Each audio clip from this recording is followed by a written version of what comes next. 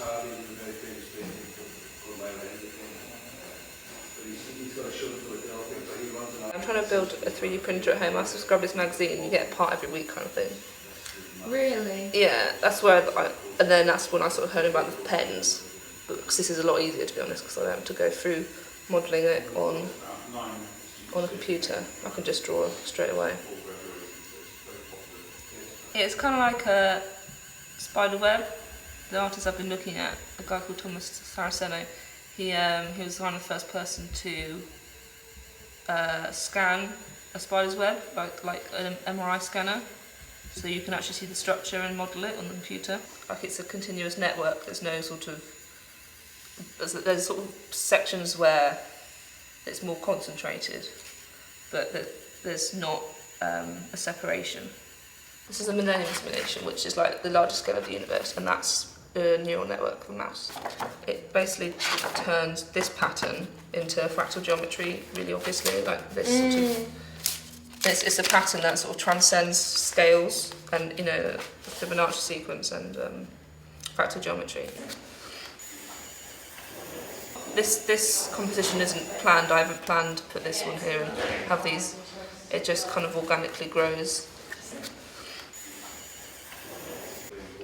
I suppose you start figuring out a strategy which we viewers are not aware of, like for actually building the thing. And am I right that, you know, the strategy purely like working with gravity actually determines partly how the drawing or the painting ends up?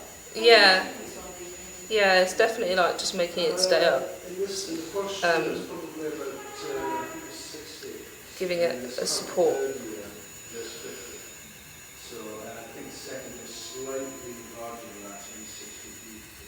But it's getting used to how to use this material and how learning how it works and how it dries and how to make it do what you want it to do. But you can never make it do really what you want it to do.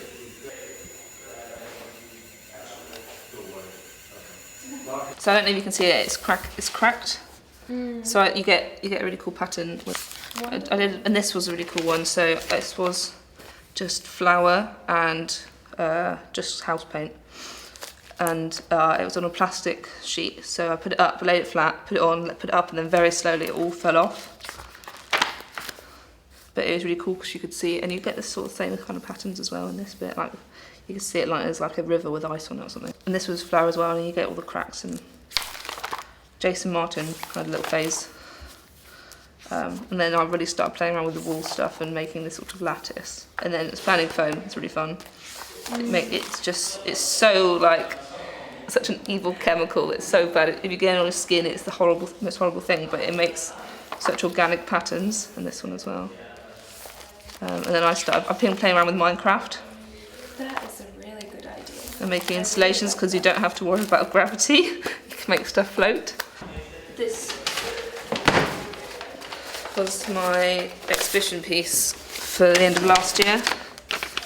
So it is board, and I just piled it with more white acrylic, white house paint with corn flour, and then I broke it all up and sort of smashed it a few times and made a little plinth. So that was kind of like the death of painting last year. I was like, no, I'm not using this, because I got a bit stuck on the format of like a stretcher and canvas.